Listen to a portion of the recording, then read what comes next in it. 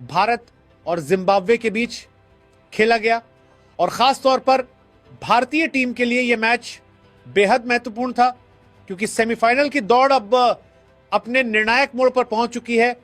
और ऐसा महसूस होने लगा है कि ग्रुप 1 से सेमीफाइनल की दूसरी सीट के लिए भारत और वेस्टइंडीज के बीच कड़ी टक्कर चल रही है। ऐसे में भारत के लिए यह मुकाबला सिर्फ एक जीत हासिल करने का मौका नहीं बल्कि नेट रन रेट मजबूत करने और आत्मविश्वास हासिल करने का भी अवसर था क्योंकि भारत को अपना आखिरी मुकाबला वेस्टइंडीज के खिलाफ खेलना है जो दोनों टीमों के लिए डू और डाई साबित होगा और जो टीम उस मुकाबले को जीतेगी वही सेमीफाइनल में अपनी जगह बनाएगी। सिकंदर रजा ने टॉस जीतकर भारत के खिलाफ पहले गेंदबाजी करने का फैसला किया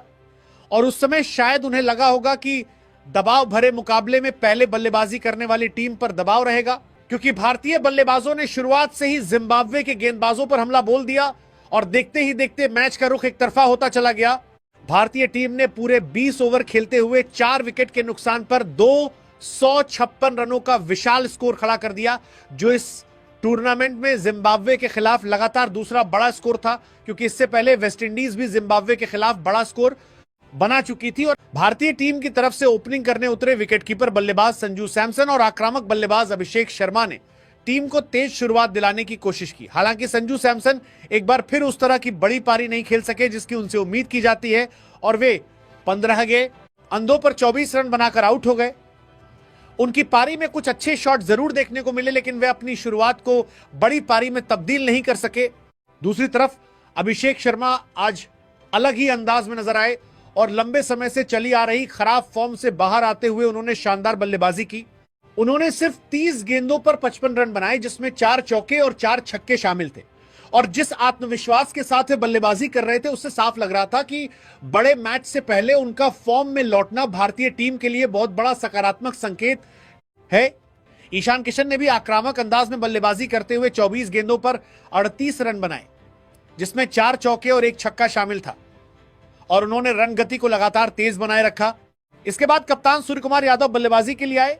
और उन्होंने अपनी खास शैली में तेज रन बनाते हुए सिर्फ 13 गेंदों पर 33 रन बनाए जिसमें 3 चौके और 2 छक्के शामिल थे। लेकिन असली तूफान आखिरी ओवरों में देखने को मिला जब हार्दिक पांड्या और तिलक वर्मा क्रीज पर मौजूद थे और इन दोनों बल्लेबाजों ने जिम्बाब्वे के गेंदबाजों की जमकर धुनाई करते हुए मैच को पूरी तरह भारत के पक्ष में कर दिया।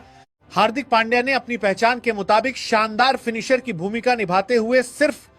23 गेंदों पर 50 रन बनाए जिसमें 2 चौके और 4 छक्के शामिल थे और उन्होंने एक बार फिर साबित कर दिया कि भारतीय टीम उन्हें आखिर के ओवरों के लिए क्यों इतना अहम मानती है क्योंकि वे तेजी से रन बनाकर मैच को निर्णायक बना देते हैं। दूसरी तरफ तिलक वर्मा ने भी कमाल की बल्लेबाजी करते हुए सिर्फ 16 गेंदों पर 44 रन बनाए जिसमें 3 चौके और 4 छक्के शामिल थे और उन्होंने हार्दिक पांड्या का शानदार साथ निभाते हुए आखिरी ओवरों में रनगति को विस्फोटक बना दिया। इन दोनों बल्लेबाजों की साझेदारी ने जिम्बाब्वे के गेंदबाजों के हौसले पूरी तरह तोड़ दिए और भारतीय टीम को 256 रन जैसे विशाल स्कोर तक पहुंचा दिया जो जिम्बाब्वे जैसी टीम के खिलाफ किसी पहाड़ से कम नहीं था। अगर जिम्बाब्वे की गेंदबाजी की बात की जाए तो पूरे मुकाबले में अनुभव की कमी साफ नजर आई। 256 रनों के विशाल लक्ष्य का पीछा करने उतरी जिम्बाब्वे की टीम से उम्मीद की जा रही थी कि वह शुरुआत से ही आक्रामक अंदाज अपनाएगी और बड़े लक्ष्य का दबाव कम करने के लिए तेज रन बनाने की कोशिश करेगी। लेकिन इसके उलट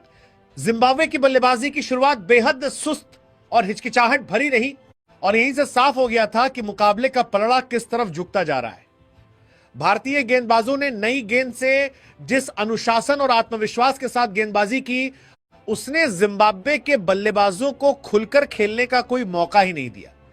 खास तौर पर अर्शदीप सिंह और हार्दिक पांड्या की जोड़ी ने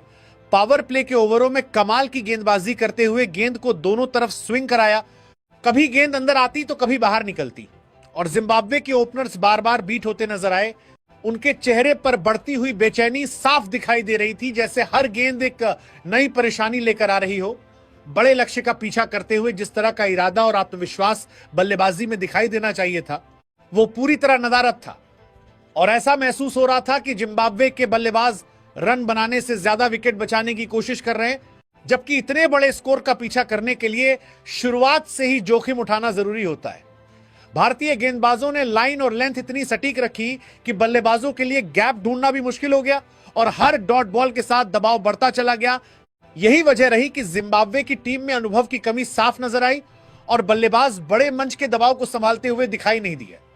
धीरे धीरे मैच भारत की मुट्ठी में जाता चला गया और जिम्बाब्वे की उम्मीदें फीकी पड़ती चली गई, क्योंकि रन रेट लगातार बढ़ता जा रहा था और भारतीय गेंदबाजों का आत्मविश्वास भी हर ओवर के साथ मजबूत होता जा रहा था। अंततः भारत ने इस मुकाबले को बेहद आसानी से अपने नाम कर लिया